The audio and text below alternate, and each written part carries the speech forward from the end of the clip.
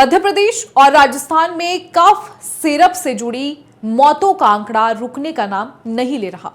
छोटे छोटे मासूम बच्चे जो महज सर्दी खांसी से जूझ रहे थे, एक जहरीले सिरप के शिकार होकर किडनी फेलियर से काल के गाल में समा गए।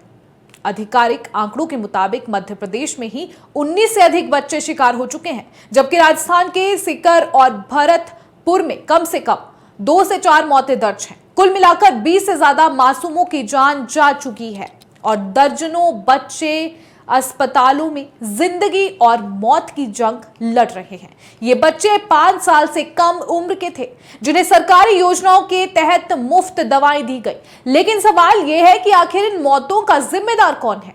केंद्र और राज्य सरकारें जो दवा नियंत्रण की जिम्मेदारी संभालती है, कहां सोई हुई थी? मामले में एक डॉक्टर की गिरफ्तारी कुछ बैन, लेकिन असली अपराधी सिस्टम में भ्रष्टाचार और लापरवाही के कारण बचे हुए हैं।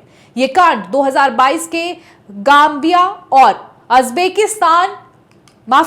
उज्बेकिस्तान वाले हादसों की याद दिलाता है, जब भारतीय सिरप से सैकड़ों बच्चे मरे थे।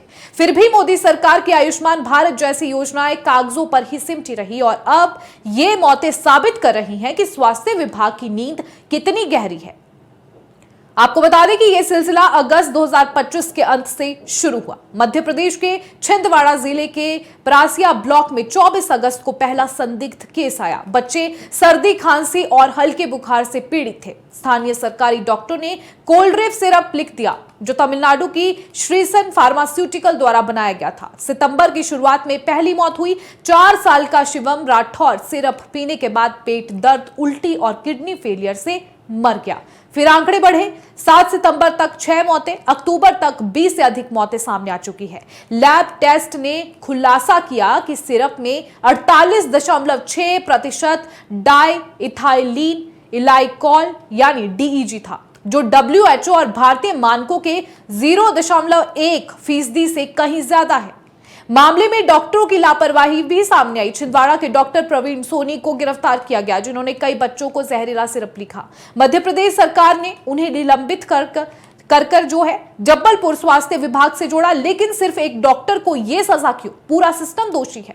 डिप्टी सीएम और स्वास्थ्य मंत्री राजेंद्र शुक्ला ने 1 अक्टूबर को शुरू में कंटामिनेशन से इनकार किया, कहा कि सैंपल्स नागपुर लैब में भेजे हैं, लेकिन तब तक 9 बच्चे मर चुके थे।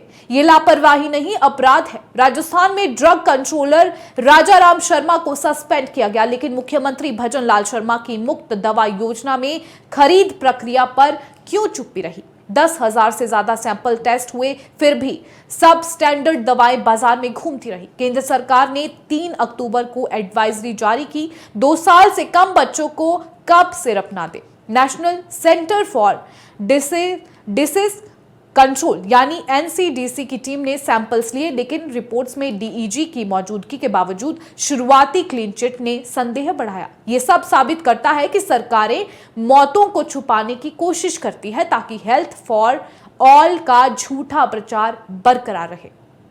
सरकार की लापरवाही की जड़ें गहरी है।